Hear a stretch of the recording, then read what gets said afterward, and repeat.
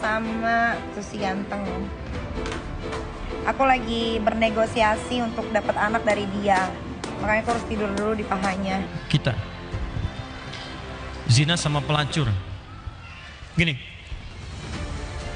kalau Anda masih punya kesempatan bernyawa dan belum sampai nyawa itu ke kerongkongan, maka tobat itu sangat terbuka bagi Anda. Kecuali kalau nyawa sudah sampai ke kerongkongan, segera kembali. Bahkan ada ayat yang khusus diturunkan untuk pertanyaan Anda ini. Ayatnya ayat ke-53, surahnya surah ke-39. Ayat itu diturunkan untuk menjawab seseorang yang terlibat dengan pertanyaan Anda seperti ini dan dia mau tobat. Maka Allah turunkan ayat kuliah, ibadiyalladzina asrafu ala anfusihim la taqnatu min rahmatillah. Katakan Muhammad pada hamba-hambaku yang telah berbuat israf. Di antara israf yang mengerjakan perbuatan dosa besar. Dosa besar di antaranya zina. Ketika dikerjakan seperti itu dia mau tobat. Kata Allah, ayo tobat, jangan putus asa dari rahmat Allah Subhanahu wa taala. Kenapa ada kalimat jangan putus asa? Karena orang kalau berbuat dosa besar, setannya lebih mudah menjerumuskan dia. Karena akan dibuat kalimat-kalimat dalam dirinya seakan-akan mencegah dia untuk bertobat. Sudah, dosa kamu berbuat sudah begitu besar, gak ada kesempatan untuk bertobat lagi. Sudah, kamu sudah terlanjur basah, berenang sekalian, tinggalkan perbuatan yang ini. Kamu medannya di sini, kamu dunianya di sini. Kata Allah, itu semua tidak benar. Saya itu adalah Tuhan rahmat, bukan Tuhan ghadab. Rahmat saya melebihi ghadab yang ada dalam diri saya. Maka rahmat itu manfaatkan. Tobat. Ayo tobat. Saya katakan, jangankan Anda, pelacurnya pun, maaf ya, duhai perempuan-perempuan dimanapun Anda berada yang terjebak dalam pengaruh setan untuk menjajakkan dirinya sehingga disebut dengan pelacur. Maaf, saya tidak ingin memperindah bahasa ini. Saya tegaskan pada Anda ya, kalau maksiat itu istilahnya jangan dibikin sopan. Kalau dibikin sopan nanti bangga tampilannya.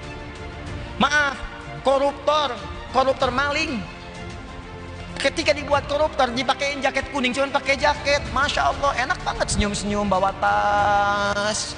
Kontingen koruptor Indonesia bawa tas, senyum, foto-foto, bilang maling. Samakan dengan ayam. Kenapa orang pencuri ayam disebut maling? Pencuri uang ratusan miliar triliun disebut dengan koruptor. Walaupun mungkin maknanya berbeda, tapi kalimatnya diperindah. Maaf, perempuan menjajakan diri di malam hari jangan disebut kupu-kupu, nggak ada hubungan. Kupu-kupu aja nggak begitu. Ya, sebut aja dengan bahasa yang menjijikkan itu sehingga orang menjauhinya. Pelacur, selesai. Laki-lakinya apa? Jangan dipersempit. Buaya aja nggak begitu. Udah sebut aja misalnya pria jahat, pria buruk, pria pezina, selesai. Tuh pria pezina tuh, bukan itu hidung belang, hidungnya sama, nggak belang dia. Katakan pezina. Begitu disebut pezina, dia akan menjauhi perbuatan itu. Ayo, tempat-tempat zina, sebut aja begitu. Ya jangan disebut dengan kalimat-kalimat yang indah. Begitu disebut dengan kalimat yang indah, seakan-akan perbuatan itu menjadi baik. Teruskan. Pernah dengar tentang hadis ini? Seorang pelacur memberikan air, minuman kepada seekor anjing. Ketika diberikan itu tiba-tiba keluar firman-Nya dengan segala keikhlasannya dia masuk ke dalam surga. Pernah dengar hadis itu? Jangan salah baca. Kalau salah baca nanti, jadi pelacur aja bisa masuk surga. Cukup cari anjing aja, anjing kasih minum surga. Kalau seperti itu enak banget. Bukan, cara bacanya adalah ketika dia memberi minuman itu, dia sadar dengan dirinya. Ini anjing aja hewan najis, disebut najis, keadaannya terhina, diberikan minuman, tiba-tiba dia bisa berubah beraktivitas dengan cara yang baik. Saya manusia, bukan hewan. Walaupun saya melakukan perbuatan hina, kenapa saya tidak berubah seperti anjing ini punya energi? Dalam bahasa syariat, wahyu itu disebut dengan tuntunan air. Allah menurunkan air dari langit, membuat tanaman yang kering, tanah yang kering menjadi gembur kembali. Allah menurunkan wahyu-wahyu dari langit, ajaran-ajaran, membuat hati yang kering menjadi subur kembali untuk melakukan perbuatan-perbuatan baik.